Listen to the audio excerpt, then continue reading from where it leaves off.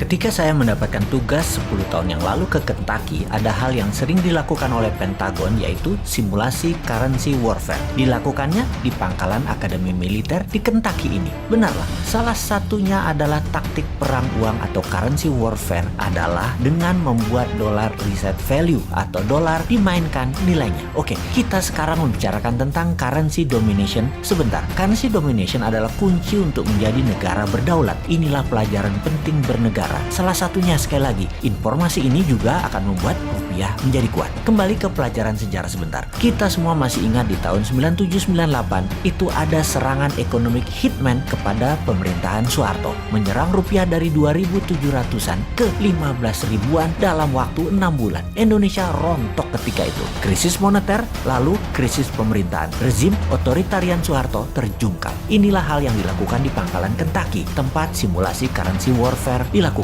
Anda, seperti saya kala itu, akan tegang bagaimana simulasi yang mereka lakukan ini semua dengan perhitungan matematik yang rinci, detail, dan jelimet. Mereka melakukannya, sekali lagi, yang namanya dollar reset value. Simulasinya banyak ragam, dimana ketika saya hadir waktu itu, mereka mensimulasikannya adalah mereka menaikkan nilai dolar 30% dari nilai saat ini. Misalnya, 1 dolar adalah 14.500 rupiah, dibuat 1 dolar 20.000 rupiah. Jadi, Indonesia yang memiliki hutang dalam dolar sekitar 450 billion dolar atau sekitar 6.000 triliun rupiah mendadak dalam sekejap hutangnya jadi 9.000 triliun rupiah. Bangkrut itu pemerintah dalam seketika kalau hal itu dilakukan, yaitu dolar nilainya dinaikkan 30%. Lalu dalam layar simulasi ada nilai currency dolar terhadap 190 negara di dunia. Dilihat apa yang terjadi, bagaimana dengan negara Singapura, bagaimana dengan Jepang, bagaimana dengan negara Eropa, bagaimana dengan Tiongkok, dan lain sebagainya. Menariknya, ketika dolar dinaikkan 30%, Tiongkok tidak rubuh. Cadangan devisa mereka walau ada dolar, namun gold di Tiongkok kuat dan banyak. Juga yuan dipakai di beberapa negara mitra mereka, membuat Tiongkok kuat. Simulasi kedua, nilai dolar dijatuhkan 50%. Ekspor barang Indonesia dalam dolar jadi hancur. Indonesia rubuh juga. Dalam bahasa Lemhanasnya adalah fail state. Dan hebatnya lagi, Tiongkok tidak rubuh ketika dolar dilemahkan 50%. Simulasi berikutnya yaitu dolar di-cut 80% alias tinggal 20%. Ternyata Tiongkok juga tidak lumpuh. Pokoknya di harga dolar berapapun Tiongkok kuat, bahkan Amerika yang rugi. Menariknya, Indonesia di level turun 20%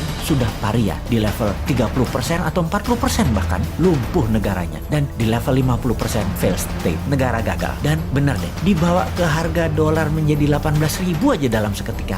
Biar pemerintah Indonesia. Sekedar mengingatkan, yang rubuh pemerintahnya ya, bukan negaranya loh ya. Oke, itu adalah salah satu di antara banyak informasi di Kentucky. Apalagi oleh-oleh dari Kentucky, pangkalan dan akademi militernya keren abis. Tempat latihan fisiknya, latihan baris berbarisnya, latihan jungle survivalnya, pelatih-pelatihnya world class semua. Dan ketika summer, anak-anak remaja digojlok di summer camp, dibuat kekinian pusat pendidikannya. Suara musik, bernyanyi, api unggun, sharing, kegiatan olahraga, hobi, semua berubah menjadi tempat yang seru bagi anak remaja dengan disiplin militer yang tinggi. Masuk pendaftarannya bahkan ngantri sampai berbulan-bulan, dibatasi kepesertaan anggota demi hasil maksimum. Sungguh pengalaman di Kentucky tersebut saya akan bawa ke tim camp kita di Millionaire Teen Bootcamp 2021 ini, lengkap dengan pelatih anggota pasukan khusus yang memang elit dan terbaik yang melatih anak kita. Juga tim paskibraka nasional yang akan membimbing mereka, ditambah pelajaran bela negara oleh instruktur Lemhanas, plus Young Millionaire program oleh Bosman. Selamat bergabung.